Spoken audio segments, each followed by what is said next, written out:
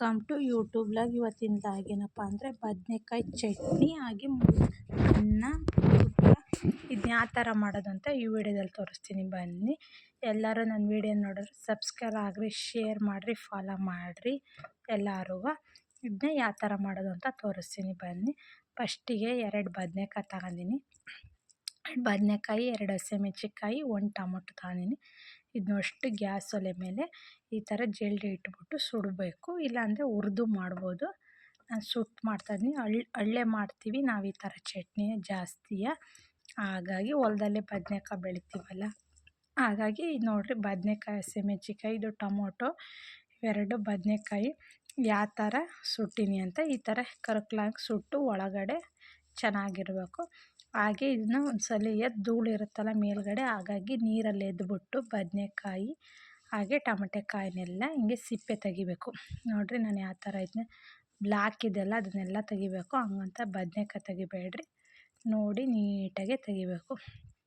ಒಂದೊಂದೇ ಸುಡ್ತಾ ಐತೆ ಬದನೆಕಾಯಿ, ಅದರಲ್ಲೇ ತೆಗಿತಾ ಇದ್ದೀನಿ.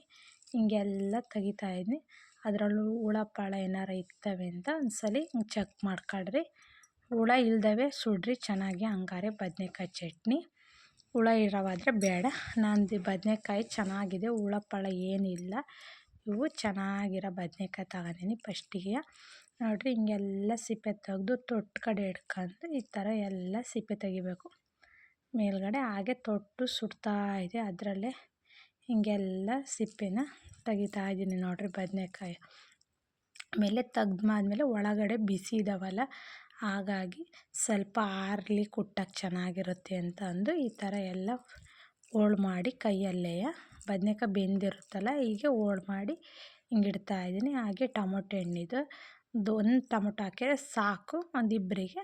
ಜಾಸ್ತಿ ಬೇಕು ಅಂದರೆ ಮಾಡ್ಬೋದು, ಇದಕ್ಕೆ ಚಪಾತಿನೂ ಚೆನ್ನಾಗಿರುತ್ತೆ.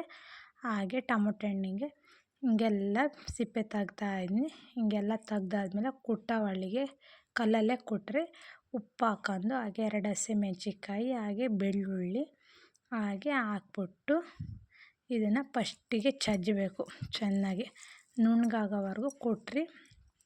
ಟೊಮಟೊ ಹಣ್ಣು ಮೆಣಸಿನ್ಕಾಯಿ ಎಲ್ಲ ಖಾರ ಬಿಟ್ಕೊಬೇಕಲ್ಲ, ಹಾಗಾಗಿ ಮುಂಚೆನೇ ಹಿಂಗೆ ಚೆನ್ನಾಗಿ ಕುಟ್ಟಬೇಕು. ಹಿಂಗೆಲ್ಲ ಸ್ಪೂನಲ್ಲಿ ಅಂದ್ಕೊಂಡು ಕೊಟ್ರಿ. ಮೆಣಸಿನ್ಕಾಯಿ ಸ್ಟ್ರಾಂಗಾಗಿರೋ ತಗೊಳ್ರಿ. ಈ ಚಟ್ನಿ ಟೇಸ್ಟಾಗಿರುತ್ತೆ, ಅನ್ನಕ್ಕೂ ಚೆನ್ನಾಗಿರುತ್ತೆ, ಚಪಾತಿಗೂ ಚೆನ್ನಾಗಿರುತ್ತೆ, ಮಕ್ಕಳು ಲಂಚ್ ಬ್ಯಾಗಿಗೂ ಚೆನ್ನಾಗಿರುತ್ತೆ.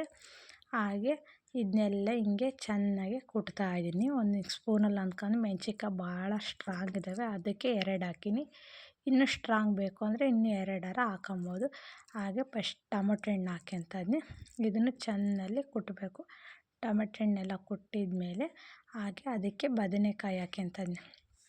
ಬದನೆಕಾಯಿ ಟೊಮೊಟೊ ಹಣ್ಣು ಚೆನ್ನಾಗೆ ಕುಟ್ಟಬೇಕು. ಇದು ಕೈ ಎಷ್ಟು ಮೆತ್ತಗೆ ಕುಟ್ತೀವೋ ಹಾಗಾಗಿ ಟೇಸ್ಟ್ ಚೆನ್ನಾಗಿರುತ್ತೆ.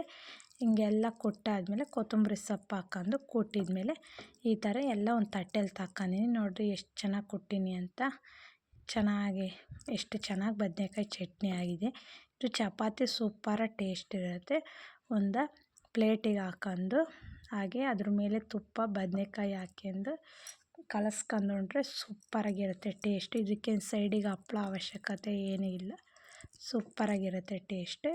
ಎಲ್ಲರೂ ಒಂದ್ಸಲ ಟ್ರೈ ಮಾಡಿ ಹೇಗಿತ್ತು ಅಂತ ಕಮೆಂಟ್ ಮಾಡಿರಿ. ನಾನು ಟೇಸ್ಟ್ ನೋಡ್ತಾಯಿದ್ದೀನಿ, ಸೂಪರಾಗಿರ್ತದೆ. ಒಂದ್ಸಲ ಎಲ್ಲರೂ ಟ್ರೈ ಮಾಡಿರಿ.